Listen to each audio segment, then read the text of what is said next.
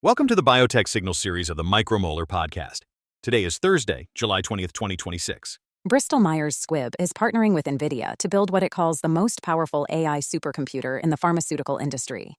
The system is intended to accelerate drug discovery, improve clinical development decisions, and move AI infrastructure from experimental projects into the center of BMS's R&D organization. Samsung Biologics is paying $1.8 billion for a peptide-active pharmaceutical ingredient manufacturer, significantly expanding beyond its traditional biologics production business.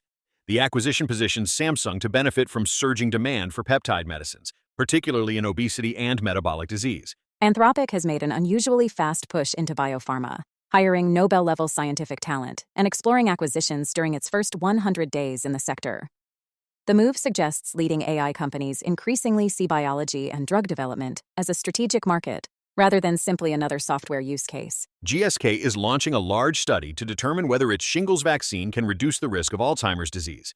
A positive result could turn an established vaccine into a potentially important dementia prevention tool, while also offering new insight into links between viral infections and neurodegeneration.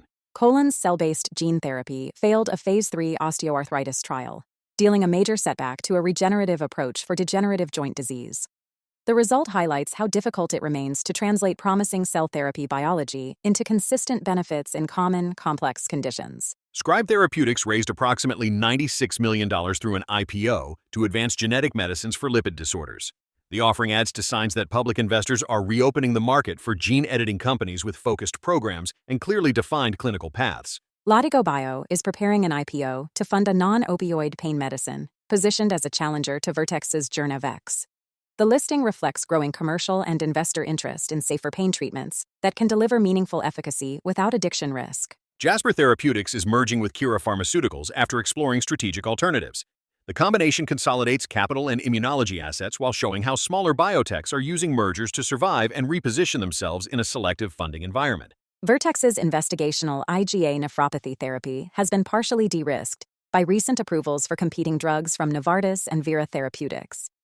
Those decisions validate the disease area and regulatory pathway, although Vertex will still need to prove that its candidate offers a meaningful clinical or commercial advantage. The type 1 diabetes pipeline is making what experts describe as remarkable progress toward insulin independence. Programs from SAB Biotherapeutics, Eledon, and others are exploring immune modulation and beta cell replacement approaches that could eventually move treatment beyond lifelong insulin management.